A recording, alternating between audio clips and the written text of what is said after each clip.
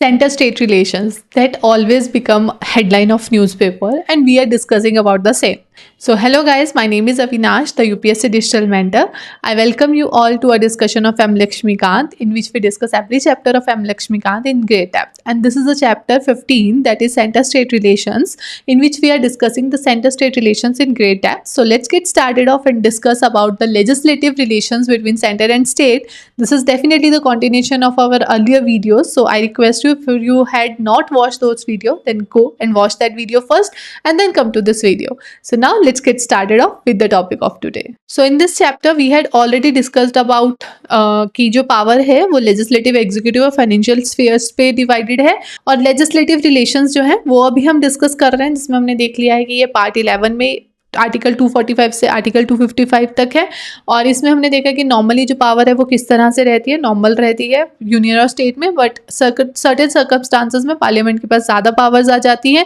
फिर हमने डिस्कस किया है territorial extent of centre state, कि टेरिटोरियल बेसिस के ऊपर कैसे सेंटर और स्टेट की लेजिस्लेटिव पावर वेरी कर रही है। फिर हमने लेजिस्लेटिव सब्जेक्ट्स के ऊपर जो पावर वेरी कर रही है वो डिस्कस किया था।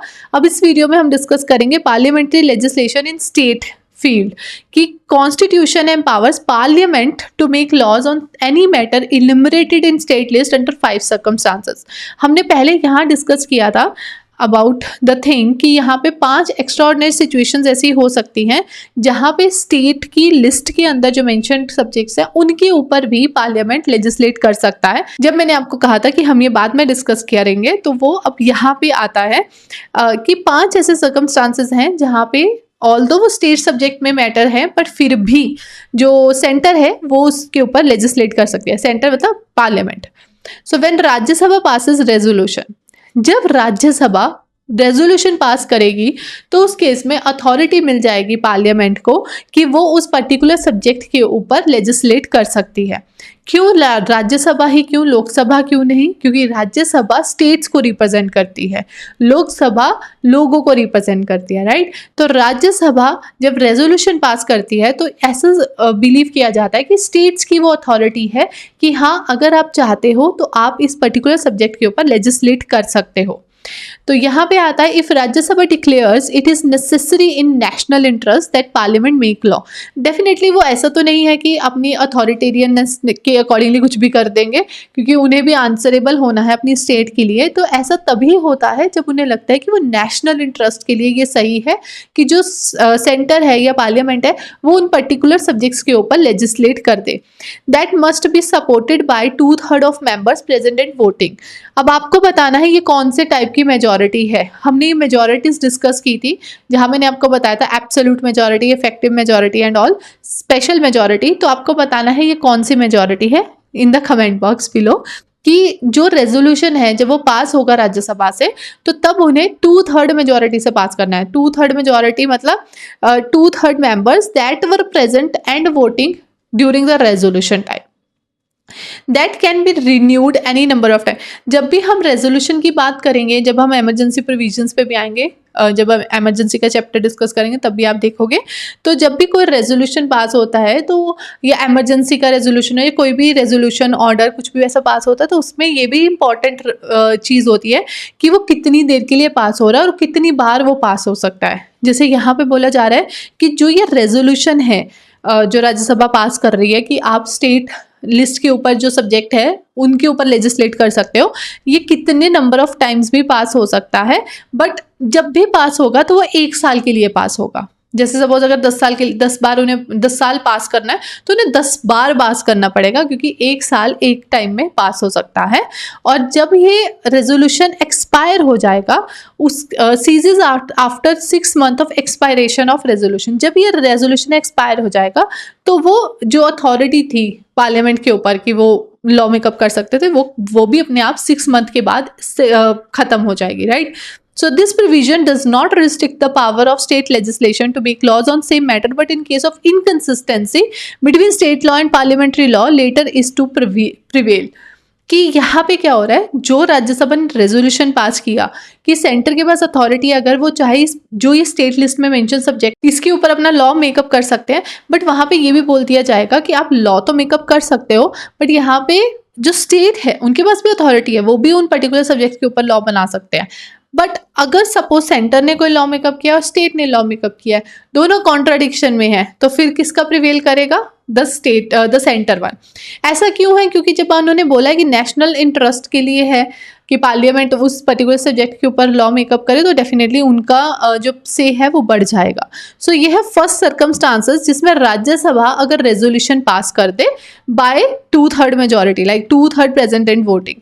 फिर दूसरा है नेशनल इमरजेंसी। ये हम इमरजेंसी जब डिस्कस करेंगे तब इन डेप्थ डिस्कस करेंगे नेशनल इमरजेंसी के ऊपर। तो नेशनल इमरजेंसी में होता क्या है, हमारी फेडरल पॉलिटी है नॉर्मली, पर नेशनल इमरजेंसी के केस में जो हमारी पॉलिटी है वो यूनिटरी बन जाती है, मतलब सारी की सारी पावर सेंटर के हाथ में आ जाती है, पार्लियामेंट के हाथ में आ जाती है।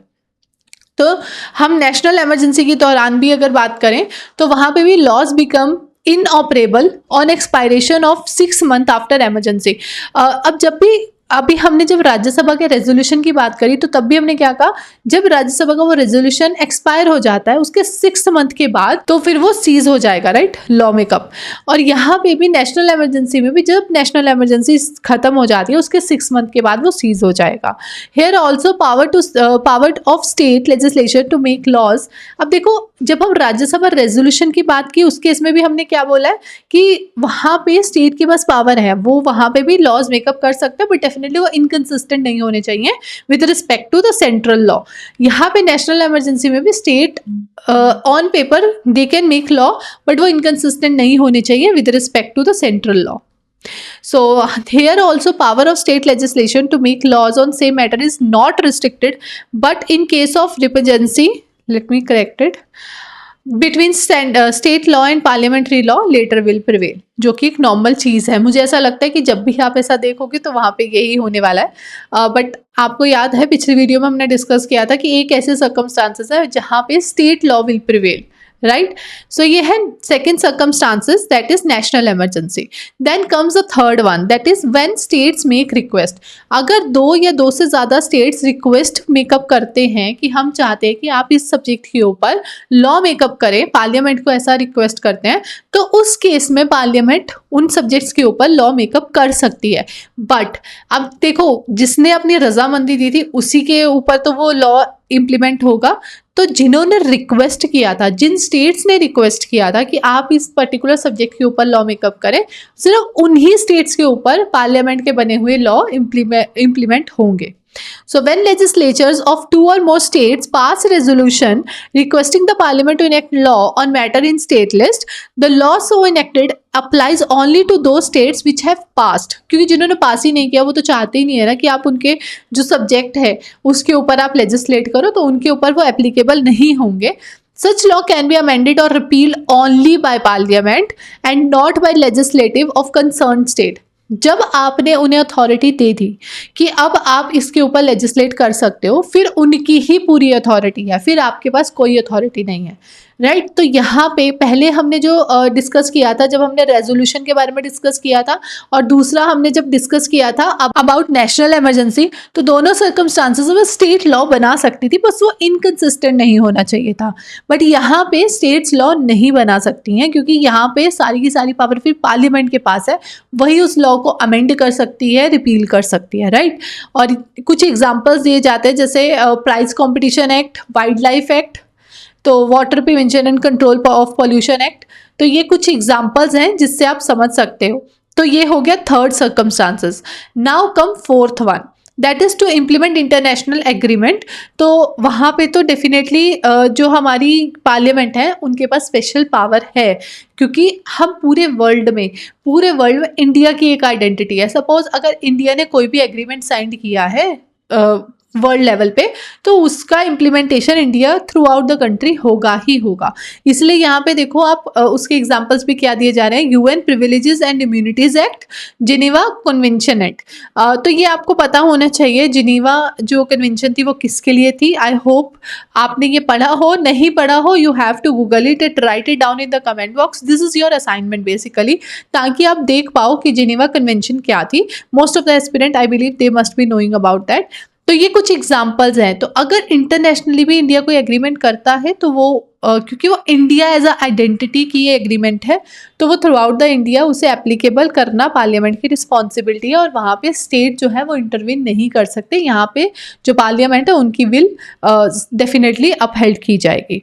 Then the last one is during president's rule. President rule एक ऐसी चीज़ है जो थ्रू आउट द कंट्री लगता रहता है, और सबसे बड़ा रिकॉर्ड जो है वो अब मणिपुर के पास चला गया है, 11 प्रेजिडेंट रूल्स। तो प्रेसिडेंट रूल के दौरान a law made by parliament continues to be operative even after president's rule. अब यहाँ पे क्या है, समझने की कोशिश कीजिएगा। जब प्रेसिडेंट रूल किसी भी स्टेट में लगता है तो उस केस में दो सर्कमस्टांसेस हो सकते हैं। एक सर्कमस्टांसेस में क्या हो सकता है कि जो स्टेट की, जहाँ पे जिस स्टेट में प्रेसिडेंट रूल लगा है, उस स्टेट की जो लेजिस्लेटिव असेंबली है या जो स्टेट असेंबली है, या तो वो सस्पेंड हो सकती है। सस्पेंड तो वो बाय डिफॉल्ट होगी जब प्रेसिडेंट रूल लग जाएगा। और सस्पेंड होने का मतलब क्या है कि जो लेजिस्लेटिव असेंबली है वो फॉर टाइम बिंग, जितनी देर प्रेसिडेंट रूल है तब तक वो वर्क नहीं करेगी, उसके बाद वो वर्क करेगी। दूसरा होता है डिसोल्यूशन। अगर डिसॉल्व हो गई है वहाँ की स्टेट लेजिस्लेटिव असेंबली और फिर प्रेसिडेंट रूल लगा है, तो उस केस में क्या होगा, आफ्टर प्रेसिडेंट रूल वहाँ पे इलेक्शंस होंगे, क्योंकि स्टेट असेंबली तो चाहिए, राइट। तो ज़रूरी नहीं है डिसोल्यूशन हो तभी प्रेसिडेंट रूल लगे, राइट। तो प्रेसिडेंट रूल लगते सस्पेंशन ज़रूर हो जाएगा स्टेट असेंबली का, बट दैट डजंट मीन कि वहाँ डिसोल्यूशन होना ज़रूरी है। ये दोनों में डिफरेंस है, आपको पता होना चाहिए। तो अब जो प्रेसिडेंट रूल के दौरान जो भी लॉ मेकअप किए जाएंगे बाय द पार्लियामेंट, वो कॉन्टिन्यू रहते हैं even after president rule. That can be repealed और अल्टर्ड और री enacted by state legislature. But जब स्टेट लेजिस्लेचर फॉर्म हो जाएगी, जब वो रीस्टोर हो जाएगी, क्योंकि अगर वो सस्पेंडेड थी तो आफ्टर प्रेसिडेंट रूल वो जब रीस्टोर हो जाएगी, तो उस केस में उनके पास राइट है कि जो वो प्रेसिडेंट रूल के दौरान पार्लियामेंट ने जो भी लॉ इनेक्ट किए थे, अगर वो चाहते हैं तो वो उसे रिपील कर सकते हैं, री इनेक्ट कर सकते हैं, और अल्टर करना चाहे तो वो अल्टर भी कर सकते हैं। तो ये फुली उनकी विल होगी। सो प्रेसिडेंट रूल के दौरान भी जो हमारी पार्लियामेंट है उनके पास अथॉरिटी आ जाती है कि वो स्टेट की जो मैटर्स हैं उनके ऊपर लेजिस्लेट कर सकते हैं। तो अब हमने वो 5 जो सर्कमस्टांसेस थे, एक्स्ट्राऑर्डिनरी सर्कमस्टांसेस, जिसमें जो पावर है पार्लियामेंट की to legislate on the state list या स्टेट सब्जेक्ट्स, वो हमने डिस्कस किए। सबसे पहले हमने देखा जब राज्यसभा रेजोल्यूशन पास करती है, और रेजोल्यूशन पास होगा by 2/3 majority of presented voting. दूसरा, जब नेशनल इमरजेंसी लग जाएगी तब उस केस में, और दोनों के केस में जब वो सपोज रेजोल्यूशन एक्सपायर होता है या इमरजेंसी खत्म हो जाती है, उसके 6 मंथ तक वो जो लॉज है वो चलेंगे। And then when state make request, अगर स्टेट रिक्वेस्ट मेकअप करेगी तो उस केस में जो पार्लियामेंट है उनके पास पूरी पावर चली जाएगी, वही उस लॉ को इनेक्ट कर सकते हैं, रिपील कर सकते हैं। Then fourth, international agreement. International agreement ऐसी चीज़ है जिसके ऊपर कोई क्वेश्चन भी नहीं होगा। And fifth one is during presidents rule. President rule के दौरान जैसे हमने रेजोल्यूशन और इमरजेंसी में देखा, उन दोनों केसेस में after this ceases to be there, उस केस में जो लेजिस्लेशन है वो आफ्टर 6 मंथ वो भी एक्सपायर हो जाता है या वो सीज हो जाता है। बट प्रेसिडेंट रूल में वो कंटिन्यू रहता है द टाइम अंटिल जो स्टेट लेजिस्लेटिव असेंबली है वो उसे रिपील नहीं करती, अल्टर नहीं करती या रिवोक नहीं करती, जो भी वो करें, राइट। तो ये है बेसिक डिफरेंसेस बिटवीन देम। तो ये 5 सर्कमस्टांसेस हैं, आपको ज़रूर पता होने चाहिए, राइट। तो ये है पार्लियामेंट्री लेजिस्लेशन इन स्टेट फील्ड की कौन से वो 5 सर्कमस्टांसेस हैं जिसमें पार्लियामेंट जो है वो लेजिस्लेट कर सकती है even in state field. Normally हमने पहले सब्जेक्ट मैटर में देखा था कि स्टेट लिस्ट के अंदर जो सब्जेक्ट्स हैं उसके ऊपर स्टेट ही काम कर सकती है, but these are special circumstances जहाँ पे पार्लियामेंट जो है वो लेजिस्लेट करेगी। Then comes the last one, that is centre's control over state legislation, कि जो सेंटर है उसका कंट्रोल हो स्टेट की लेजिस्लेशन के ऊपर। अभी हमने पहले पार्लियामेंट्री देखा था, मतलब legislative control through the parliament. अब बात आ रही है सेंटर की। जब मैं खुद इंटरचेंजेबली कई बार यूज़ कर जाती हूँ, बट ट्राई टू अंडरस्टैंड कि जब पार्लियामेंट की बात होती है दैट इंक्लूड्स बोथ जो गवर्नमेंट है और ऑपोजिशन पार्टीज, राइट, क्योंकि वो हाउस की बात हो रही है। जब हम सेंटर की बात कर रहे हैं that is related to executives, right, जो हमारे एग्जीक्यूटिव्स है पीएम वगैरह, तो वो गवर्नमेंट की बात हो रही है। So besides parliament's power to legislate directly on state subject under exceptional situations, constitution and power centre to exercise control over the state's legislative matters in following way। कि वो तो ठीक है, पार्लियामेंट के पास तो पावर है ही है कि वो एक्स्ट्राऑर्डिनरी सर्कमस्टांसेस के ऊपर, एक्स्ट्राऑर्डिनरी सर्कमस्टांसेस में जो स्टेट मैटर्स हैं उनके ऊपर लेजिस्लेट कर सकती है, बट हमारा कॉन्स्टिट्यूशन सेंटर को भी पावर देता है अंडर सर्टेन सर्कमस्टांसेस कि वहाँ पे वो भी जो स्टेट की लेजिस्लेटिव मैटर्स हैं उनमें इंटरफेयर कर सकते हैं। फर्स्ट क्या है, governor can, let me zoom out, governor can reserve bill passed by state legislature for consideration of president। अगर सपोज गवर्नर ही रिकमेंड कर देता है प्रेसिडेंट के लिए कि आप अपनी कंसिडरेशन दीजिए इसके ऊपर, तो उस केस में जब प्रेसिडेंट इन्वॉल्व हो गया तो दैट मीन सेंटर इन्वॉल्व हो गया, क्योंकि प्रेसिडेंट किसकी एड और एडवाइस पे काम करेगा, council of minister headed by PM। Then the second one is state bill imposing restrictions on freedom of trade, commerce and intercourse with that state or within that state can be introduced in legislation of state only with previous sanction of president। अब article 304 हमारे constitution का क्या कहता है कि अगर state चाहती है कुछ भी रिस्ट्रिक्शन लाना ऑन ट्रेड, बेसिकली हम ये बोल सकते हैं, तो with respect to other state, तो उस केस में उन्हें पहले प्रेसिडेंट की एसेंट चाहिए या प्रेसिडेंट की सैंक्शन चाहिए। तो अगर प्रेसिडेंट की सैंक्शन चाहिए तो उसका मतलब क्या हो गया, हमारी सेंटर इन्वॉल्व हो रही है। और फिर थर्ड क्या है, centre can direct the states to reserve money bill and other financial bills passed by state legislatures और president's consideration during financial emergency, जो कि अभी तक by God's grace नहीं हुआ है, बट हाँ ऐसा हमारे कॉन्स्टिट्यूशन में ज़रूर मेंशन है।